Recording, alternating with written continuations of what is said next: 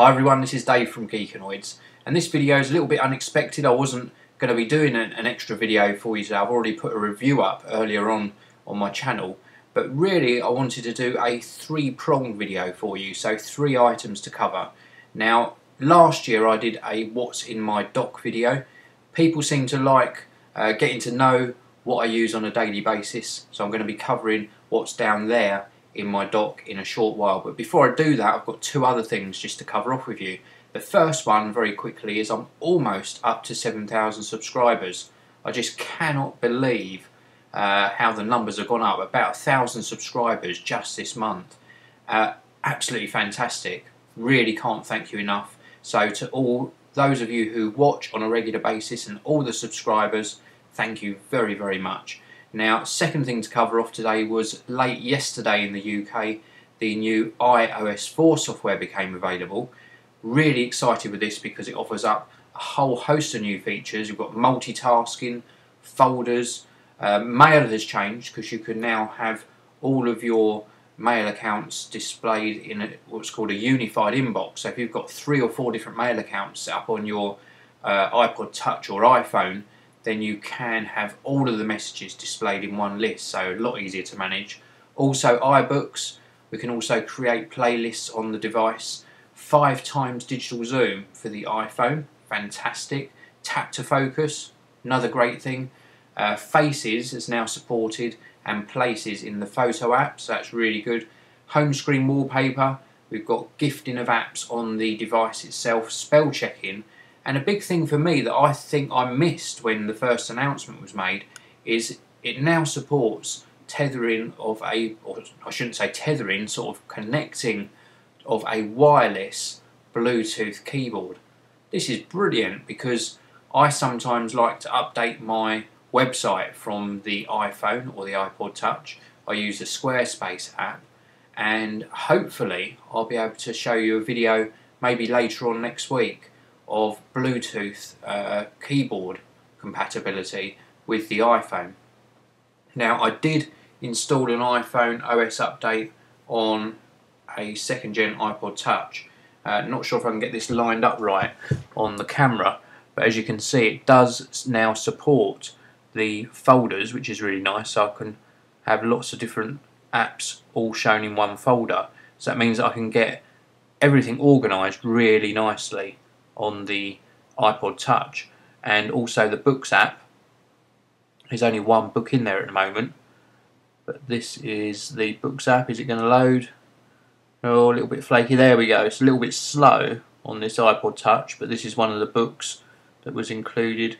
This is Winnie the Pooh, and you can do that page animation. Just doesn't sort of let you hold on to the corner of the page as much as on the iPad, but really nice to read.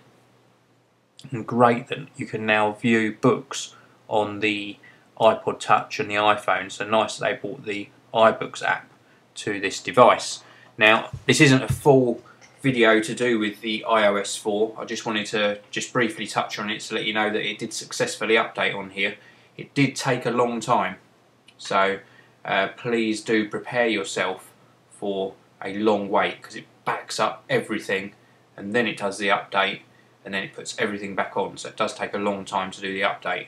I will be doing a video after the release of the iPhone 4, which is coming on Thursday, and I will be doing a video covering all of the features of iOS 4, including of course the multitasking and that digital zoom, etc. So stay tuned for that. Now on to what this video is all about. The dock. Now you can see my dock down here. It is absolutely stacked full with applications, and I'm going to just walk you through quickly what they all are, give you an insight into why I use them. So let's zoom in on this bottom left area. This is the Finder icon, obviously takes you back to the main Finder sort of desktop. Then Dashboard for gaining access to widgets. If I just briefly click on that, it will show you my widgets, and then I've got one for my NAS. I've got a couple of orders I'm tracking. iPhone 4 due in 2 days, Mac Mini due tomorrow, a couple of clocks, and my weather widget. Not a lot really widget wise. Then I've got Garage Sale down here. This is what I use for my eBay application, and it allows me to list my eBay auctions easily. Rapid Weaver, don't use this as much now. I used to use this a lot for doing my sort of store part of the website, but nowadays it's all done on Squarespace, so I don't really use Rapid Weaver as much now, but it's there because it comes in handy from time to time. Then I've got my mail app, and then 3 browsers. Safari, which is my main browser, Firefox, which hardly ever gets used. I use it on the odd occasion I have to test something. Google Chrome, quite liking it, but I'm not going to move over to it as a full-time browser. NetNewsWire, which is for my RSS news feeds. iChat, it's there, but I don't really use it. Skype, I use a lot. I also have a Skype phone, so I mainly use the Skype phone, but I do use the Skype application occasionally. And this is used for making cheap calls or free calls if the other person's also using Skype. Adium, which is my messenger program or my chat program, and this is great because it connects to AIM accounts, to .Mac accounts, to Messenger accounts, Google Talk accounts, loads of different types, all within the one application, so that's really useful. TweetDeck, which I use for updating my Twitter account, following the tweets of the people that I like to follow. Addressbook, which is obviously for all my contacts. iCal for my scheduling and my appointments, etc. Then I've got Preview, which I use for obviously looking at PDF documents and the odd JPEG image and things like that, just for a very quick look at it. Then I've got Photo, also known as, now I installed this with the intention of reviewing it, haven't got round to it yet, but it's basically a file renamer, so that's a really useful app. iPhoto, which I use more or less on a daily basis. iTunes, again on a daily basis for managing all my iTunes content and all my apps on my various devices. Final Cut Express, use this all day, every day. This is what I use for doing my video editing, putting together the videos that you watch on the channel.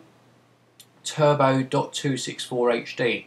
Now I use this on occasion, not very often, but from time to time there are problems uploading to YouTube perhaps, or I need to make a file smaller. I whack it into this software. I've got a little dongle that comes with it. Let's just show you that. This is the Turbo.264HD dongle, and that goes into a USB port. And what it basically does is it's got its own video encoder hardware built into that dongle, and it encodes the video, makes it a lot smaller file, and then uploads it to YouTube. So I use that on occasion. iMovie, use this very occasionally now. Now that I've got Final Cut Express, I don't find myself using it very much at all, but on the odd occasion I use it maybe to convert a video. GarageBand, I use this for the voiceovers that I do. And then moving on, Spaces, I don't really use it, so I'm going to take that out of my dock because I don't really use Spaces. I've got a dual screen setup here, so I don't find the need to use Spaces, so that's one that's gone for 2010. Time Machine, again I haven't found the need to use this much because thankfully my system's running nicely and I tend to manage my files very well, but it runs very regularly, keeps a backup on a 1 TB external hard drive, so this is useful for at least having some peace of mind that my files are being backed up. Then I've got my system preferences. This is used, for those of you who don't know, just for controlling various aspects of how your Mac's going to work for you. Then I've got Toast Titanium. This is used for burning discs. Now a lot of people use this for burning video discs like DVDs. I use it mainly for backups. I occasionally do a backup of all the videos I produce, and then I store that off-site somewhere, so I've got an off-site backup. Then I've got Things. This is used for scheduling my to-do list basically, and I can also type in some of my scripts into this application and print it out, so I've got some sort of crib notes to work from when I'm doing my videos. Then I've got 1Password. This is something that I reviewed a few months back. This is great because it actually stores passwords for different logins to websites, and I only have to remember my password for this application, and then it fills in my login details on all the different websites I use, so great little app. Yojimbo is also sort of used for passwords and serial numbers, but I mainly use it now for storing serial numbers for applications in. If somebody emails me a serial number, or I buy something online and you get emailed a license key, then I store it in Yojimbo. Transmission is used for downloading torrents. Not really into that scene very much now. I use it on the odd occasion, but really not for much at all. And then Quark Express page layout program. My background is graphic design. I don't use Adobe InDesign, I use Quark Express. It's what I learnt years and years ago, and I've stuck with it. It does what I need it to do. And then I've got Pages, word processing, creating simple documents, etc. Then I've got Personal Backup X5 by Intego. This is what I use for doing my daily backups. Now, all of my video work I actually capture to an external FireWire hard drive, and then that external hard drive is backed up onto another one, so I've got 2 copies of it. So I use Personal Backup on a daily basis. Once that's set up, once Personal Backup is set up with a scheduled backup, you don't really need to touch it. SuperDuper, I use this for cloning my machines. I've cloned my iMac, I've cloned my laptop, and it keeps a fresh virgin state hard drive copy of my various computers. And if they ever crash, I can just take the hard drive out, put the new one in, and I'm good to go.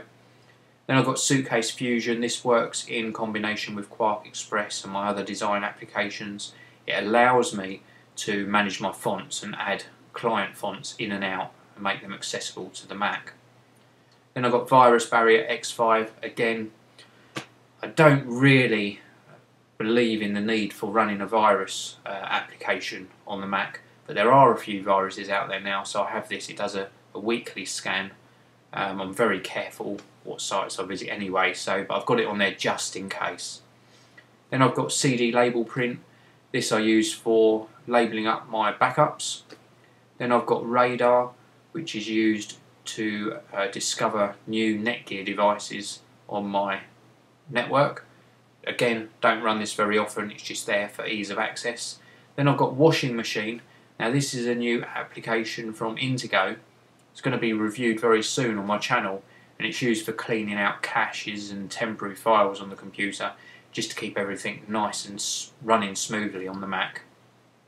Then I've got Zinio Reader. It's version 4. This is a great little application, and it allows me to read online the magazines that I subscribe to from Zinio. Now you've seen me review Zinio Reader on the iPad. This is very similar, except it's a Mac based desktop application. And then last but not least, we've got ScreenFlow, which is the application I'm using now to capture the screen and to bring you this video. And then the ones on the right here, Documents, Downloads, and then I've created a little stack for all of my Adobe applications. And then the very last one is obviously the trash can. So that's what's in my dock.